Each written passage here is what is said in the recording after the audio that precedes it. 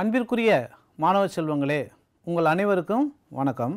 Chemical bonding அப்படிங்கிற சாப்டர்ல இருந்து வேதிப்பிணைப்பின் வகைகள் என்னென்ன இருக்குது, அந்த வேதிப்பிணைப்பின் வகைகளில் இருந்து இதுவரை போட்டித் தேர்வுக்கு எத்தகைய வினாக்கள்லாம் கேட்டிருக்காங்க அப்படிங்கிறத பற்றி இந்த காணொலியில் பார்ப்போம். வேதிப்பிணைப்புனா என்ன? ஒரு அணுவும் மற்றொரு அணுவும் அவை நெருங்கி வரும்போது அவைகளுக்கிடையே ஏற்படக்கூடிய கவர்ச்சி விசையின் காரணமாக உருவாகும் பிணைப்பைத்தான் நம்ம என்ன சொல்கிறோம் அப்படின்னு கேட்டால் வேதிப்பிணைப்பு அப்படின்னு சொல்கிறோம். இப்போ 2 ஹைட்ரஜன் இருக்குது, நெருங்கி வரும்போது 2 ஹைட்ரஜனுக்கு இடையில் என்ன செய்ய முடியாதுன்னா ஒரு அட்ராக்டிவ் ஃபோர்ஸ் செயல்பட்டு ஒரு கவர்ச்சி விசை செயல்பட்டு 2க்கு இடையில் ஒரு பிணைப்பு உருவாகும். இந்த கவர்ச்சி விசையை பொறுத்து நம்ம அந்த வேதிப்பிணைப்பை வகைப்படுத்துகிறோம். எப்படின்னா அயனி பிணைப்பு, சகப்பிணைப்பு, ஈதல் சகப்பிணைப்பு, உலோக பிணைப்பு அப்படின்னு. அயனி பிணைப்புனா என்ன அப்படிங்கிறத பற்றி உங்களுக்கு தெரியும். எப்படி ஒரு அணுவிலிருந்து எலக்ட்ரான் மற்றொரு அணுவிற்கு முற்றிலுமாக மாற்றப்பட்டு அந்த 2 தனிமங்களுக்கு இடையே நேர்மின் சுமை எதிர்மின் சுமை உருவாகி அந்த நேர்மின் சுமைக்கும் எதிர்மின் சுமைக்கும் இடையே மின்னிலையியல் கவர்ச்சி விசையின் காரணமாக பிணைப்பு உருவாகும். அந்த பிணைப்பை தான் நம்ம அயனி பிணைப்பு அப்படின்னு சொல்கிறோம். இப்போ பாருங்கள், சோடியம்னு எடுத்துக்கிட்டோம். இப்போ சோடியத்துக்கு அணியன் வந்து எத்தனை? 11. அப்போ எத்தனை எலக்ட்ரான் இருக்கும்? 11 எலக்ட்ரான் இருக்கும். ஸோ 11 எலக்ட்ரான்னா முதல் கூட்டில் 2 எலக்ட்ரான், அடுத்த கூட்டில் 8 எலக்ட்ரான், அதுக்கு அடுத்த கூட்டில் எத்தனை எலக்ட்ரான்? 1 எலக்ட்ரான் தான் இருக்கும். இது சோடியத்துடைய எலக்ட்ரான் அமைப்பு. அதே மாதிரி குளோரின் எடுத்தோம்னு வச்சுக்கோங்களேன், குளோரினுக்கு 17 எலக்ட்ரான். அப்போ முதல் கூட்டில் 2 எலக்ட்ரான், அடுத்த கூட்டில் 8 எலக்ட்ரான், கடைசி கூட்டில் 7 எலக்ட்ரான் இருக்கும். பாருங்கள் குளோரினுடைய அமைப்பு. எண்ம விதிப்படி கடைசி கூட்டில் எத்தனை எலக்ட்ரான் இருக்கணும்? 8 எலக்ட்ரான் இருக்கணும். அப்போ இதுக்கு 8 எலக்ட்ரான் வேணும், அதுக்கு 8 எலக்ட்ரான் வேணும்னா என்ன செய்யணும்? இது ஒரு எலக்ட்ரானை இழந்துருச்சுன்னா 8 எலக்ட்ரான் ஆயிரும். அது ஒரு எலக்ட்ரானை ஏற்றுக்கிருச்சு அப்படின்னு சொன்னோம்னா அதுவும் கடைசி கூட்டில் 8 எலக்ட்ரான் ஆயிரும். அப்போ சோடியம் என்ன செய்யுது? ஒரு எலக்ட்ரானை லாஸ் பண்ணி குளோரினுக்கு போய் சேர்ந்துருச்சு. இப்போ இதுக்கு 8 எலக்ட்ரான், அதுக்கும் கடைசி கூட்டில் 8 எலக்ட்ரான். இது ஒரு எலக்ட்ரானை இழந்ததுனால என்ன செஞ்சிருச்சு? பாசிட்டிவ் சோடியம் ப்ளஸ்ஸாக மாறிடுச்சு. அதே நேரத்தில் இது ஒரு எலக்ட்ரானை ஏற்றுக்கிட்டதுனால குளோரின் என்னவாயிருச்சு? மைனஸாக மாறிடுச்சு. இப்போ இங்கே நேர்மின் சுமை எதிர்மின் சுமை 2க்கு இடையில் மின்னிலையியல் கவர்ச்சி விசையின் காரணமாக 2ம் சேர்ந்து என்ன செஞ்சிருச்சு? சோடியம் குளோரைடு அப்படிங்கிற சேர்மம் உருவானா அந்த சேர்மத்தை தான் நம்ம அயனி பிணைப்பு அப்படிங்கிறத படிச்சிருக்கோம். அப்போ சகப்பிணைப்புனா எப்படி இருக்கும்? பிணைப்புக்கு தேவையான எலக்ட்ரான்களை சமமாக பங்கிட்டுக்கிருச்சுன்னா அந்த பிணைப்பு தான் சகப்பிணைப்பு. ஒரு எடுத்துக்காட்டு பார்க்கலாமா?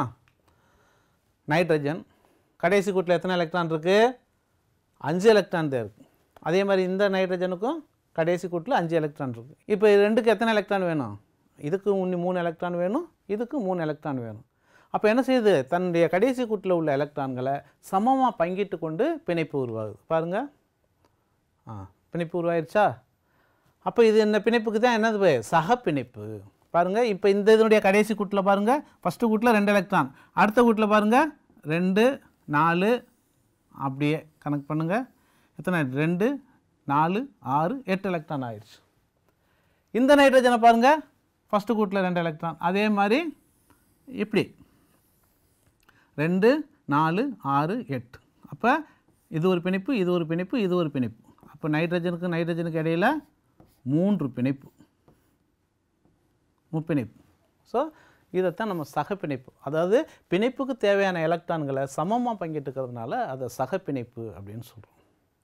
சரி, அப்போ ஈதல் சகப்பிணைப்புனா என்ன அப்படிங்கிறத பார்க்கலாமா? இப்போ சகப்பிணைப்புக்கு இன்னொரு எடுத்துக்காட்டையும் பாருங்களேன். நைட்ரஜன் இருக்குது, இப்போ தான் பார்த்தோம். நைட்ரஜனுக்கு இன்னும் எத்தனை எலக்ட்ரான் வேணும்? 3 எலக்ட்ரான் வேணும். ஹைட்ரஜனுக்கு பார்த்தீங்கன்னா ஒரு எலக்ட்ரான் தான் இருக்குது. அப்போ ஹைட்ரஜனுக்கு கடைசி கூட்டில் 8 எலக்ட்ரான் வேணுமா? இல்லை. ஏன்னா ஹைட்ரஜன் வந்து டூப்ளெட் விதியை பின்பற்றும். அதாவது கடைசி கூட்டில் 2 எலக்ட்ரான் இருந்தாலே போதுமானது. அப்போ இதுக்கு ஒரு எலக்ட்ரான், இதுக்கு ஒரு எலக்ட்ரான், இதுக்கு ஒரு எலக்ட்ரான் வேணும். அப்போ 3 ஹைட்ரஜன் என்ன செய்யுது? நைட்ரஜனோட போய் என்ன செய்யுது அப்படின்னு கேட்டால் சகப்பிணைப்பை மேற்கொள்ளுது. இது ஒரு எலக்ட்ரானை கொடுத்துட்டு ஒரு எலக்ட்ரானை ஷேர் பண்ணிக்கிறது. பாருங்கள், ஒவ்வொரு ஹைட்ரஜனுக்கும் 2 எலக்ட்ரான் ஆயிடுச்சு. இந்த ஹைட்ரஜனுக்கும் 2 எலக்ட்ரான், இந்த ஹைட்ரஜனுக்கும் 2 எலக்ட்ரான். அதே நேரத்தில் நைட்ரஜனுக்கு எவ்வளவு? 2 4 6 8 எலக்ட்ரான். அப்போ எல்லாம் பேலன்ஸ் ஆயிடுச்சா? அப்போ அமோனியா அப்படிங்கிற ஒரு மூலக்கூறு உருவாகுது, சகப்பிணைப்பு. அப்படி மூலக்கூறு உருவானாலும் 2 எலக்ட்ரான் வினையில் பங்கு கொள்ளாமல் இருக்குது. இதைத்தான் நம்ம லோன் பேர் எலக்ட்ரான் அப்படின்னு சொல்கிறோம். இது பான் பேர் எலக்ட்ரான், இது லோன் பேர் எலக்ட்ரான் அப்படின்னு சொல்லுவோம். அமோனியா மூலக்கூறு உருவானதுக்கு பிறகு 2 எலக்ட்ரான் என்ன செஞ்சுருக்கு? ஷேர் ஆகாமல் தனித்து இருக்குது. அதை பற்றி நீங்கள் எல்லாம் ஏற்கனவே படிச்சிருப்பீங்க, சரிங்களா? இப்போ அதே அமோனியா மூலக்கூறுவை நம்ம எடுத்துக்கிட்டோம். இங்கே ஒரு அணு எடுத்திருக்கோம். என்ன அணு? போரான் அணு. போரானுக்கு வந்து அணு எண் 5, அதனால் 5 எலக்ட்ரான் தான் இருக்கும். முதல் கூட்டில் 2 எலக்ட்ரான், கடைசி கூட்டில் 3 எலக்ட்ரான். எண்ம விதிப்படி கடைசியில் 8 எலக்ட்ரான் வேணும்னா இன்னும் 5 எலக்ட்ரான் வேணும். ஆனால் ஷேர் பண்ணுறதுக்கு 3 எலக்ட்ரான் தான் இருக்குது. இப்போ ஒரு ஃப்ளூரின் இருக்குன்னு வச்சுக்கோமே, ஃப்ளூரின் என்ன செய்ய அப்படின்னு கேட்டால் ஒரு எலக்ட்ரானை கொடுத்து போரானோடு சேருது. அதே மாதிரி 3 ஃப்ளூரின் சேரலாம். பாருங்கள், 3 ஃப்ளூரின் சேர்ந்து என்ன செஞ்சிருச்சு? BF3 அப்படிங்கிற ஒரு சேர்மம் உருவாயிருச்சு, போரான் ட்ரைஃப்ளோரைடு. அப்படி உருவானதுக்கப்புறம் கடைசி கூட்டில் எத்தனை எலக்ட்ரான் தான் இருக்குது? 2 4 6 எலக்ட்ரான் தான் இருக்குது. அப்போ இன்னி 2 எலக்ட்ரான் வேணும். அப்போ இது ஒரு எலக்ட்ரான் குறைபாடு உள்ள ஒரு சேர்மம். ஒரு சேர்மம் உருவாயிருச்சு. அப்படி உருவானாலும் கடைசி கூட்டில் 8 எலக்ட்ரான் இல்லை அப்படின்னா எலக்ட்ரான் குறைபாடு உள்ள சேர்மம் அப்படின்னு பேர். இப்போ அம்மோனியாவில் பாருங்களேன், அதே நேரத்தில் 2 எலக்ட்ரான் இருக்குது. இதெல்லாம் மியூச்சுவல் ஷேரிங், அதாவது ஒரு எலக்ட்ரானை கொடுத்து ஒரு எலக்ட்ரானை ஷேர் பண்ணியிருக்கு, அதாவது சகப்பிணைப்புன்னு சொல்கிறோம். ஆனால் இப்போ பாருங்கள், இதுகிட்ட 2 எலக்ட்ரான் இருக்குது, ஆனால் இதுகிட்ட 2 எலக்ட்ரான் இல்லை. அப்போ இந்த 2 எலக்ட்ரானை இதுக்கு பக்கத்தில் கொண்டு இது கொடுத்துச்சு அப்படின்னு சொன்னால் இது 2 சேர்ந்துக்கலாம். ஆனால் எலக்ட்ரானை ஒரு அணு மட்டும்தான் என்ன செய்யுது? வழங்குது. அதுக்கு பதிலாக இது வழங்கலை. அதனால் இந்த மாதிரி உருவாகக்கூடிய பிணைப்பை தான் நம்ம ஈதல் சகப்பிணைப்பு அப்படின்னு சொல்கிறோம். இங்கே எலக்ட்ரான் வந்து நைட்ரஜன் மட்டும்தான் என்ன செஞ்சுருக்கு? கொடுத்துருக்கு. அப்போ அந்த ஈதல் சகப்பிணைப்பை இந்த மாதிரி குறியீட்டில் எந்த பக்கத்துலேருந்து எந்த பக்கம் நோக்கி எலக்ட்ரான் போகுதோ அந்த அம்புக்குறியாக நம்ம என்ன செய்வோம் அப்படின்னு கேட்டால் குறிப்பிடுவோம். இந்த பிணைப்பை தான் ஈதல் சகப்பிணைப்பு அப்படின்னு சொல்கிறோம். இப்போ என்ன பார்த்தோம்? அயனி பிணைப்பு பார்த்தோம். எலக்ட்ரான் முற்றிலுமாக என்ன செஞ்சிருச்சு? டிரான்ஸ்ஃபர் ஆகி உருவான அயனி பிணைப்பு. எலக்ட்ரான் ஷேரிங் ஆனால் சகப்பிணைப்பு. ஒரு அணு மட்டும் எலக்ட்ரானை கொடுத்து சேர்ந்துச்சுன்னா ஈதல் சகப்பிணைப்பு. அடுத்து பார்த்தா உலோக பிணைப்பு. உலோக பிணைப்பு பாருங்கள், இந்த உலோக பிணைப்புங்கிறது உலோகங்கள் எலக்ட்ரான்ஸ், ஒவ்வொரு உலோகத்தை சுற்றி எலக்ட்ரான்ஸ் என்ன செஞ்சுருக்கும் அப்படின்னு கேட்டால் இருக்கும். அந்த எலக்ட்ரானுங்களுக்கு இடையில் அந்த உலோக அணுக்கள் என்ன செஞ்சுருக்கோம்? இருக்கும் அங்கங்கே. அப்போ இங்கே எப்படி பாண்டிங் ஆகிருக்கும் அப்படின்னு சொன்னோம்னா, இந்த உலோகத்துக்கும் இந்த உலோகத்தினுடைய எலக்ட்ரானுக்கும், ஏதோ ஒவ்வொரு உலோகத்துக்கும் கொஞ்சம் இருக்குது. சோடியம்னா 1 எலக்ட்ரான், மெக்னீசியம்னா 2 எலக்ட்ரான் வரை சுற்றி இருக்கும், அலுமினியம்னா 3 எலக்ட்ரான், இப்படி எலக்ட்ரான்கள் இருக்கும். அந்த எலக்ட்ரான்களுடைய கடலில் அங்கங்கே உலோக அயனிகள் பொதிஞ்சிருக்கிறது மாதிரி இருக்கும். அப்போ இந்த ஒரு அணுவினுடைய எலக்ட்ரானுக்கும் அந்த அணுவினுடைய உட்கருவுக்கும் இடையிலான ஒரு அட்ராக்டிவ் ஃபோர்ஸ்னால தான் உருவாகக்கூடிய பிணைப்பு தான் உலோக பிணைப்பு அப்படின்னு சொல்கிறோம். இந்த உலோக பிணைப்பில் என்ன செஞ்சுருக்கு அப்படின்னு கேட்டால் டைரக்ட் பாண்டு என்ன செய்யாது? இருக்காது. அதே நேரத்தில் எலக்ட்ரான்களுக்கும் அந்த அணுவினுடைய அந்த உட்கருவுக்கும் இடையிலான ஃபோர்ஸில் தான் என்ன செஞ்சுருக்கும் அப்படின்னு கேட்டால் இணைஞ்சிருக்கும். எலக்ட்ரான் வந்து இங்கே என்ன செஞ்சுருக்கும்? டீலோக்கலைசஸ், அதாவது என்ன செஞ்சுருக்கும்? எலக்ட்ரான்கள் வந்து உள்ளடங்கா தன்மை, அதாவது எலக்ட்ரான்கள் வந்து நகர்ந்துக்கிட்டே என்ன செஞ்சுருக்கும்? இருக்கும். சரிங்களா? இந்த மாதிரி எலக்ட்ரான் வந்து அங்கங்கே மூவ் ஆகிக்கிட்டே என்ன செஞ்சுருக்கும் அப்படின்னா அந்த பிணைப்பு இருக்கும். இந்த மாதிரி பிணைப்பு தான் நம்ம உலோக பிணைப்பு அப்படிங்கிறத. இப்போ அயனி பிணைப்பு, சகப்பிணைப்பு, ஈதல் சகப்பிணைப்பு அப்படிங்கிறதெல்லாம் என்ன செஞ்சோம்? பார்த்தோம். இப்போ அப்படி உருவாகக்கூடிய அந்த அயனி பிணைப்பாக இருக்கட்டும், சகப்பிணைப்பாக இருக்கட்டும், ஈதல் சகப்பிணைப்பாக இருக்கட்டும், அந்த பிணைப்பில் என்ன செஞ்சிடும் அப்படின்னு கேட்டால் பகுதி அயனி பிணைப்பு அல்லது பகுதி சகப்பிணைப்பு என்ன செய்யும் அப்படின்னு கேட்டால் உருவாகும். இப்போ இதில் பாருங்கள், லித்தியம் குளோரைடுங்கிற ஒரு அணுவை எடுத்திருக்கோம். இந்த லித்தியத்தில் 3 எலக்ட்ரான் இருந்திருக்கும், குளோரைடில் 17 எலக்ட்ரான் இருக்கும் அப்படின்னு சொன்னோம். ஒரு எலக்ட்ரான் வேணும் அப்படின்னு சொன்னோம். இது ஒரு எலக்ட்ரான் என்ன செஞ்சிச்சு? இழந்துருச்சு. குளோரின் அதே நேரத்தில் பெற்று 2க்கு இடையில் ஒரு பிணைப்பு உருவாயிருச்சு. இந்த பிணைப்பு அயனி பிணைப்பு அப்படின்னு சொல்கிறோம். ஸோ இது ஒரு அயனி பிணைப்பு. அப்படி அயனி பிணைப்பாக இருந்த போதிலும் இதில் என்ன செய்யுது அப்படின்னு கேட்டால் இந்த லித்தியான் இருக்கு இல்லையா, அதனுடைய உருவளவு சிறுசாகவும் குளோரினுடைய உருவளவு பெருசாகவும் இருக்குது. இந்த மாதிரி ஒரு ஸ்மால் கேட்டையான், அதாவது நேர்மின் சுமையினுடைய உருவளவு சிறுசாக இருந்து எதிர்மின் சுமையினுடைய உருவளவு பெருசாக இருந்தால் இங்கே என்ன நடக்கும் அப்படிங்கிறத பெஜான்ஸ் விதி மூலம் விளக்குறாரு. என்ன அப்படின்னா, இந்த நேர்மின் சுமையுடைய அணுவானது இந்த எதிர்மின் சுமையுடைய எலக்ட்ரானை என்ன செய்யும் அப்படின்னு கேட்டிங்கன்னா கொஞ்சம் கவரும். எப்படி? இந்த மாதிரி அப்படி இழுக்கும்போது என்ன செய்யும் அப்படின்னு கேட்டிங்கன்னா இப்போ எலக்ட்ரான் வந்து ஷேர் ஆனது மாதிரி ஆகிரும்.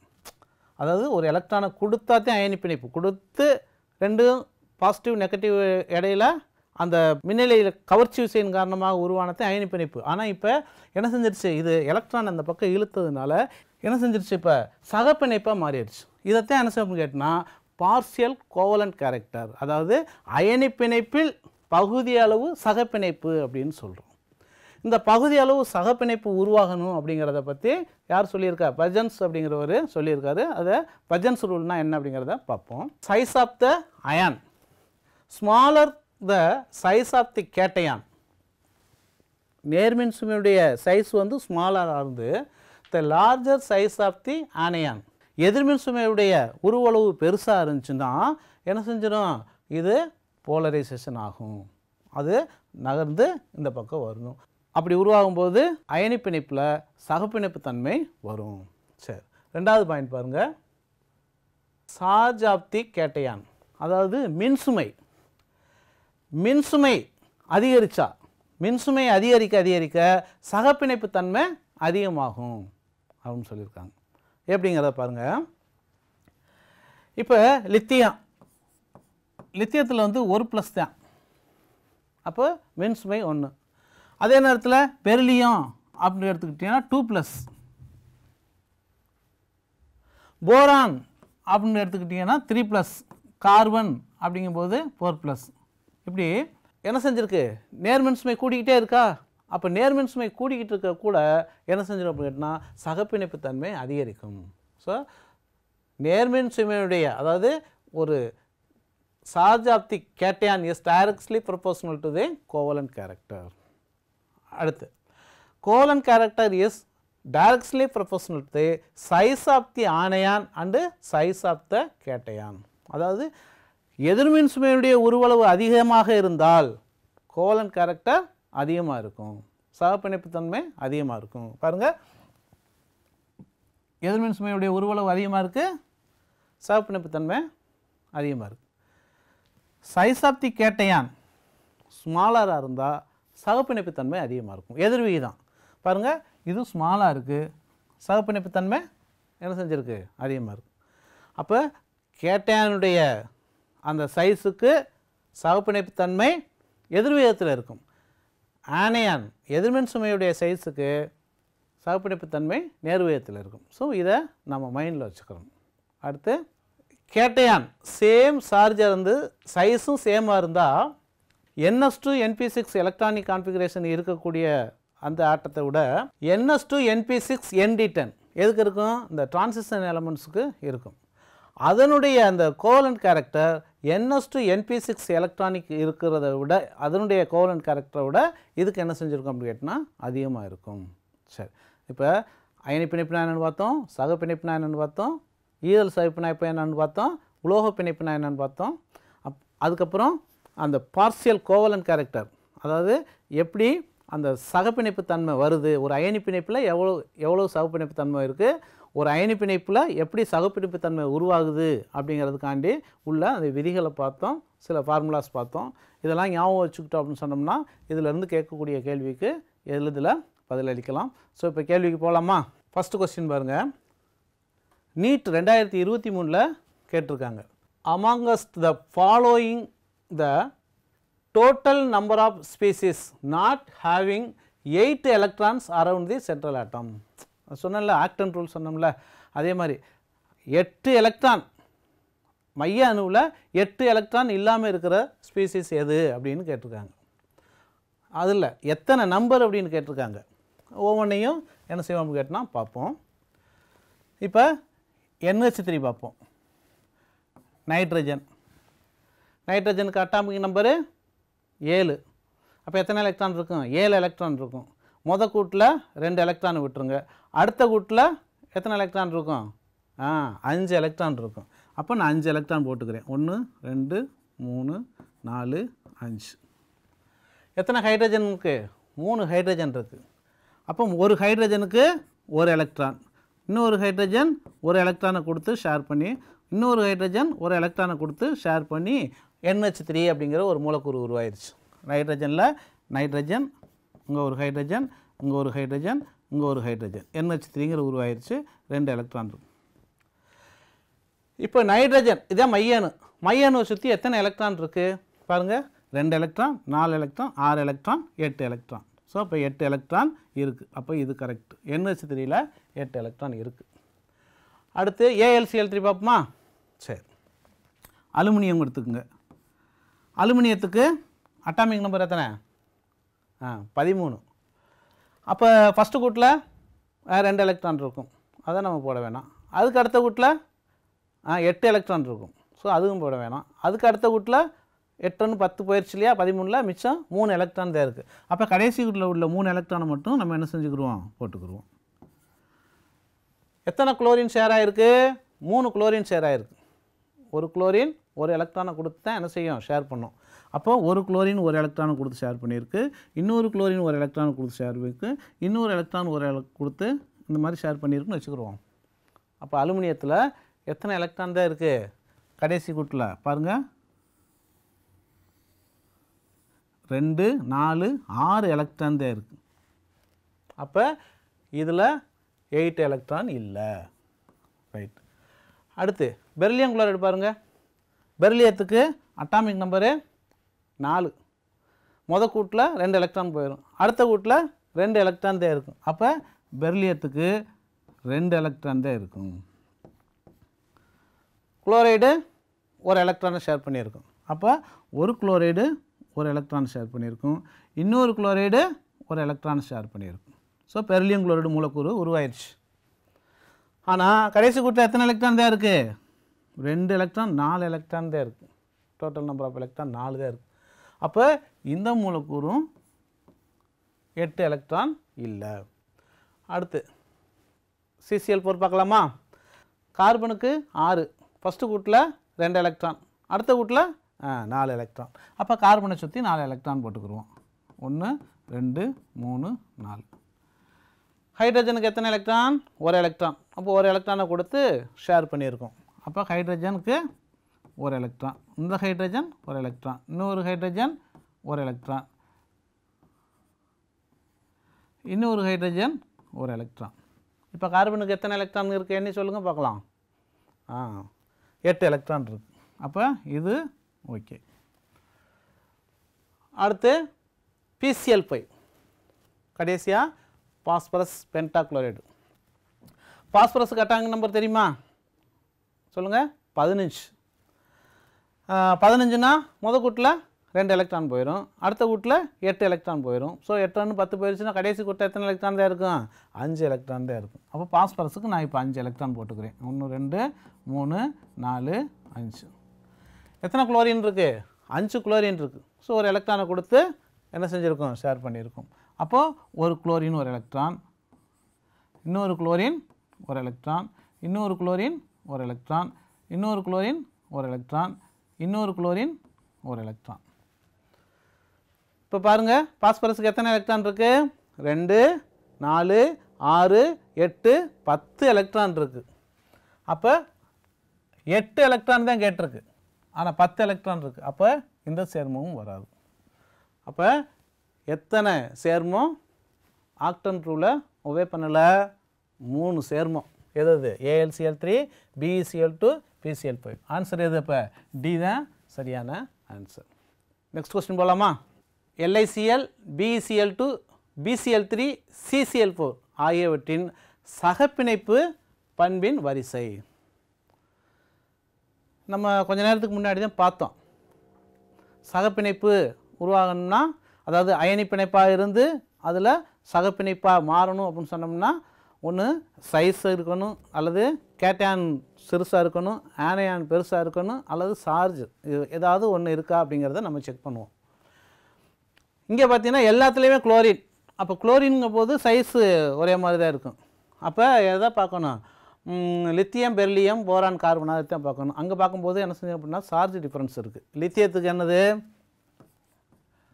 1+, பெரிலியத்துக்கு 2+, போரானுக்கு 3+, கார்பனுக்கு 4+. அப்படின்னா சார்ஜ் என்ன செஞ்சுக்கிட்டே இருக்குது? இன்க்ரீஸ் ஆகிக்கிட்டே இருக்கு. அப்போ எது அதிக சகப்பிணைப்பு தன்மை பெற்றிருக்கும்? Charge is directly proportional to தி என்னது சொல்லுங்கள்? Charge is directly proportional to the partial covalent character. அப்போ சார்ஜ் அதிகமாக இருந்தால் கோவலன்ட் கேரக்டர் அதிகமாக இருக்கும். அப்போ எதுக்கு? CCl4க்கு தான் என்ன செஞ்சுருக்கும்? அதிகமான சகப்பிணைப்பு தன்மை இருக்கும். எது? CCl4. CCl4க்கு அப்புறம் BeCl3, BeCl3க்கு அப்புறம் BeCl2, BeCl2க்கு அப்புறம் LiCl. அப்போ எது ஆன்சரு பாருங்கள்? CCl4. அதுக்கப்புறம் இதில் பார்த்தீங்கன்னா இங்கே தப்பாக இருக்குது. இதில் பார்த்தீங்க அப்படின்னா இதுவும் தப்பாக இருக்குது, இங்கேயும் தப்பாக இருக்குது. ஸோ CCl4க்கு தான் அதிகம் அப்படிங்கிறத இங்கே தான் இருக்குது. CCl4, BeCl3, BeCl2, LiCl. C தான் சரியான ஆன்சர். நெக்ஸ்ட் கொஸ்டின் பார்க்கலாமா? Calcium hydride, beryllium hydride, barium hydride அதனுடைய அயனித்தன்மை கேட்டிருக்கு. சகப்பிணைப்பு தன்மை இருக்கல, அயனித்தன்மை கேட்டிருக்கு. நீங்கள் இதில் பார்த்தீங்கன்னா ஹைட்ரஜன் தான், எல்லாமே ஹைட்ரஜன். இதில் பாருங்கள் என்ன ஒற்றுமை இருக்குது? Calcium, beryllium, barium. ஞாபகம் இருக்கா? கால்சியம், பெரிலியம், பேரியம் அப்படிங்கும்போது ஃபஸ்ட்டு பெரிலியம் இருக்கும், அதுக்கப்புறம் கால்சியம் இருக்கும், அதுக்கப்புறம் பேரியம் இருக்கும். பீரியாடிக் டேபிளில் செகண்ட் குரூப்பில் பாருங்கள். அப்போ மேலேருந்து போக போக என்ன செஞ்சுருக்கு? சைஸு என்ன செஞ்சுருக்கும்? பெருசாகிக்கிட்டே போகும். கேட்டானிக் சைஸு இன்க்ரீஸ் ஆகி போகுது. அதை விட மேலேருந்து கீழே சில மெட்டாலிக் கேரக்டரும் என்ன செய்யும் அப்படின்னு கேட்டால் இன்க்ரீஸ் ஆகும் அப்படிங்க வச்சுக்கணும். அப்போ மெட்டாலிக் கேரக்டர் இன்க்ரீஸ் ஆச்சுன்னா உங்களுக்கு அயனி பிணைப்பு தான் என்ன செய்யும்? உருவாகும். அப்போ மேலேருந்து கீழே செல்ல என்ன செய்யும்? அயனிக் கேரக்டர் வந்து இன்க்ரீஸ் ஆகும். அப்போ எதுக்கு அயனி பிணைப்பு அதிகமாக இருக்கும்? கோவலன்ட் கேரக்டர் டிக்ரீஸ் ஆகும்.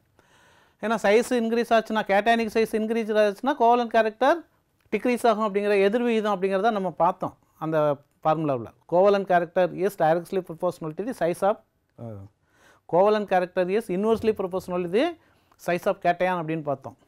அப்போ கோவலன்ட் கேரக்டர் டிக்ரீஸ் ஆகும், அயானிக் கேரக்டர் இன்க்ரீஸ் ஆகும். அப்போ எதுக்கு அயானிக் கேரக்டர் அதிகம்? பேரியம் ஹைட்ரைடுக்கு தான் அதிகம். எங்கே இருக்குது? பாருங்கள், பேரியம் ஹைட்ரைடுக்கு தான் அதிகமாக இருக்குது. பேரியத்துக்கு அப்புறம் கால்சியம், கால்சியத்துக்கு அப்புறம் பெரிலியம். அப்போ எது ஆன்சரு? ஏதான் சரியான ஆன்சர். நெக்ஸ்ட் கொஸ்டின் போகலாமா? சகப்பிணைப்பு தன்மை அதிகரிக்கும் வரிசை எது? இதில் எது அதிக சகப்பிணைப்பு? இங்கேயும் பார்த்தீங்கன்னா அந்த பீரியாடிக் டேபிள் உங்களுக்கு ஞாபகம் இருக்குன்னு நினைக்கிறேன். இதில் உள்ள எலமெண்ட்ஸ் பூரா பாருங்கள். லித்தியம் 3, அதுக்கு கீழே அப்படியே பார்த்தீங்கன்னா சோடியம் இருக்கும், 11 இருக்கும். பெரிலியம் 4. லித்தியத்தை விட இந்த பக்கம் போகும்போது சைஸு குறைஞ்சிக்கிட்டே போகும், இங்கேருந்து போக போக சைஸு கூடிக்கிட்டே போகும். அப்போ ரெண்டாவது சார்ஜ் பார்த்திங்கன்னா இதுக்கு +1, இதுக்கு +2, இதுக்கும் +1 தான். அப்போ சார்ஜ் அடிப்படையில், அதாவது மின்சுமை அடிப்படையில் நம்மளுக்கு பெரிலியம் தான் என்னது கோவலன்ட் கேரக்டர் இன்க்ரீஸ் ஆகும் அப்படின்னு சொல்லிட்டு நம்ம பார்த்துருக்கோம். அப்போ பெரிலியத்துக்கு தான் கோவலன்ட் கேரக்டர் இன்க்ரீஸ் ஆகும். ஸோ பெரிலியம் குளோரைடு இந்த ஒன்று இருக்குது, இந்த ஒன்று இருக்குது. இந்த 2 ஆப்ஷனில் எது சரியா அப்படிங்கிறத பார்க்கணும். இதை ரெண்டையும் கம்பேர் பண்ணும்போது எப்படி? சோடியத்தினுடைய சைஸ் இன்க்ரீஸ் ஆகுது, இதனுடைய சைஸு டிக்ரீஸ் ஆகுது. அப்போ சைஸ் வந்து அதிகரித்தா கோவலன்ட் கேரக்டர் குறையும் அப்படின்னு பார்த்தோம். அப்போ எதுக்கு? லித்தியத்துக்கு தானே இருக்கணும். அப்போ பெரிலியம், அதுக்கப்புறம் லித்தியம், அதுக்கப்புறம் தான் சோடியம். அப்போ பெரிலியத்துக்கு அப்புறம் லித்தியம், லித்தியத்துக்கு அப்புறம் சோடியம். ஸோ இங்கே பெரிலியத்துக்கு அப்புறம் சோடியம் வந்துடுச்சு. அப்போ பி தான் உங்களுக்கு சரியான ஆன்சர். நெக்ஸ்ட் கொஸ்டின் போகலாமா? பின்வரும் இணைகளில் எது அதிக நிலைப்புத்தன்மையுடைய அயனி பிணைப்பை உருவாக்கும்? அயனி பிணைப்பு கேட்டிருக்கு. ஸோ அயனி பிணைப்புனா நம்ம என்ன பார்த்தோம்? எலக்ட்ரானை ஒரு முற்றிலுமாக வழங்கி இங்கே நேர்மின் சுமை எதிர்மின் சுமையை உருவாகி அவை அந்த 2 அயனிகளுக்கிடையே மின்னிலையியல் கவர்ச்சி விசையின் காரணமாக பிணைப்பு உருவாகணும். அப்போ மின்னிலையியல் கவர்ச்சி விசைனா இங்கே வந்து அதிகமாக சார்ஜ் இருக்கணும். நேர்மின் சுமை அதிகரிச்சுன்னா அயனி பிணைப்பு அதிகரிக்கும். நீங்கள் நேர்மின் சுமை பாருங்கள், இங்கே ஒரு மட்டும் தான் குளோரைடு இருக்குது, மற்றதில் பூரா ஃப்ளூரைடு இருக்குது. ஃப்ளூரைடுக்கு ஏற்கனவே எலக்ட்ரான் நெகட்டிவிட்டி அதிகமான கவரும் தன்மை இருக்குது. Electron negativity 4. அப்போ அதிகமாக எலக்ட்ரான் கவரும். அப்போ இந்த சோடியம் குளோரைடை கம்பேர் பண்ணும்போது ஃப்ளூரினுக்கு எலக்ட்ரான் நெகட்டிவிட்டி அதிகம்னால நம்ம இதைத்தான் என்ன செய்யலாம் எடுத்துக்கலாம். அப்போ இந்த இது வர்றதுக்கு வாய்ப்பே இல்லை. இந்த மூணையும் என்ன செய்ய முடியாதுன்னா கம்பேர் பண்ணி பாருங்கள். இந்த மூணில் வந்து பார்த்தீங்கன்னா லித்தியத்துக்கு +1 தான், சோடியத்துக்கும் +1 தான். ஆனால் மெக்னீசியத்துக்கு என்னது 2 +2. அப்போ சார்ஜ் அதிகமாக இருக்கிறதுனால இதுதான் என்ன செய்யும் வலிமையான அயனி பிணைப்பை உண்டாக்கும். அப்போ பி தான் சரியான ஆன்சர். நெக்ஸ்ட் கொஸ்டின் பார்க்கலாமா? இருமுனை கார உலோகங்களில் சகப்பிணைப்பு தன்மை இந்த வரிசையில் குறைகிறது. இருமுனை அதாவது எல்லாமே மெட்டல் பொதுவாக சொல்லிட்டாங்க. ஆனால் இங்கே இருக்கக்கூடிய அந்த எதிர்மின் சுமையை பாருங்கள். எதிர்மின் சுமையில் என்ன இருக்குது? ஃப்ளூரின், குளோரின், புரோமின், அயோடின் இருக்குது. அப்போ ஹாலோஜனுடைய வரிசை, ஹாலோஜனுடைய வரிசையில் ஃப்ளூரின் ஃபஸ்ட்டு, குளோரின் அதை விட பெருசாக இருக்கும், புரோமின் அதை விட பெருசாக இருக்கும், அயோடின் அதை விட பெருசாக இருக்கும். இது ஃப்ளூரின், இது குளோரின், இது புரோமின், இது அயோடின். அப்போ சைஸ் என்ன செஞ்சுக்கிட்டே இன்க்ரீஸ் ஆகிட்டே போகுது. அப்போ நம்ம என்ன பார்த்தோம்? எதிர்மின் சுமையுடைய சைஸ் இன்க்ரீஸ் ஆச்சுன்னா கோவலன்ட் கேரக்டர் என்ன செய்யும்? இன்க்ரீஸ் ஆகும் அப்படின்னு பார்த்தோம். அப்போ அயோடைடு தான் என்ன செஞ்சுருக்கணும்? அதிகமான கோவலன்ட் கேரக்டர் இருக்கணும். Metal iodide Mi. எம்ஐ எங்கே இருக்குது? எங்கே இருக்குது? இங்கே இருக்குது. எந்த வரிசையில் குறைகிறது அப்படின்னு இருக்குது. அப்போ எம்ஐக்கு அதிகமாக இருக்கும், அதை விட எம்பிஆர், அதை விட எம்சிஎல், அதை விட எம்எஃப். இதானே குறைஞ்சிட்டே போகுது. அப்போ எது சரியான ஆப்ஷன்? ஏ தான் உங்களுக்கு சரியான ஆப்ஷன். ஈதல் பிணைப்பு கொண்டுள்ள சேர்மம் எது அப்படிங்கிறது. நம்ம ஈதல் பிணைப்புனா என்னென்னு பார்த்தோம். ஒரு சேர்மம் உருவானதுக்கப்புறம் அதில் எக்ஸ்ட்ரா எலக்ட்ரான் இருந்துச்சு அப்படின்னு சொன்னால் அது மற்றொரு தனிமத்துக்கு என்ன செய்யும்? எலக்ட்ரானை வழங்கி அவைகளுக்கிடையே பிணைப்பு உருவாகும் அப்படிங்கிறத பார்த்தோம். ஒவ்வொன்றிலையும் பார்ப்போம். SO3 உங்களுக்கு SO2 ஸ்ட்ரக்சர் தெரியும். சல்ஃபர் வந்து அட்டாமிக் நம்பர் வந்து அந்த 16னால கடைசி கூட்டில் 6 எலக்ட்ரான் இருக்கும். அப்போ சல்ஃபரில் 6 எலக்ட்ரான் இப்படி இருக்குன்னு வச்சுக்கிறோம். ஆக்சிஜன் 3 ஆக்சிஜன் இருக்குது. ஒரு ஆக்சிஜன் எலக்ட்ரானை என்ன செஞ்சு ஷேர் பண்ணிக்கிறது. 2, 4, 6 இந்த மாதிரி என்ன செய்யும் அப்படின்னு கேட்டால் எலக்ட்ரானை ஷேர் பண்ணிக்கிறோம். அதே மாதிரி இந்த ஆக்சிஜன் என்ன செய்யும் அப்படின்னு கேட்டால் எலக்ட்ரானை இப்படி ஷேர் பண்ணிக்கிறோம்.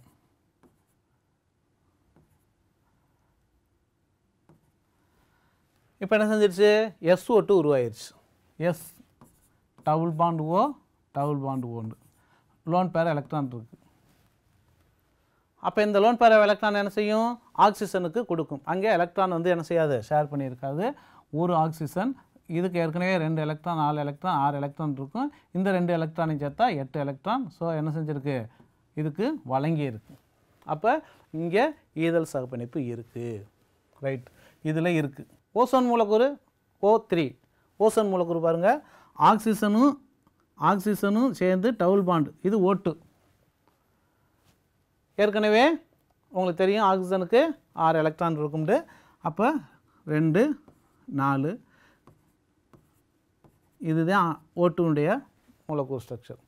2, 4 இதில் 2 எலக்ட்ரான், 6, 8. அதே மாதிரி இந்த ஆக்சிஜனுக்கு 2, 4, 6, 8 கரெக்ட் ஆயிடுச்சு. அப்போ இன்னொரு ஆக்சிஜன் என்ன செய்யும்? இந்த ஆக்சிஜனும் எலக்ட்ரானை என்ன செஞ்சுருக்கும்? வழங்கித்தான் உருவாகும். இப்போ இன்னொரு ஆக்சிஜன் இருக்குன்னு வச்சுக்கிறோமே, இந்த ஆக்சிஜனுக்கு 6 எலக்ட்ரான் இருக்கும். அப்போ 8 வேணும்ல. அப்போ இந்த 2 எலக்ட்ரானை இதுக்கு வழங்கி இருக்கும். அப்போ இங்கேயும் என்ன செஞ்சுருக்கு? ஈதல் சகப்பிணைப்பு இருக்குது. H2SO4. H2SO4 ஸ்ட்ரக்சர் பாருங்கள். சல்ஃபரு 2, 4, 6 எலக்ட்ரான் இருக்குது. 4 ஆக்சிஜன் இருக்குது. ஒரு ஆக்சிஜன் என்ன செய்யுது? ஒரு எலக்ட்ரானை. இப்போ இங்கே 2 எலக்ட்ரான் இருக்குது, இங்கே 2 எலக்ட்ரான் இருக்குது.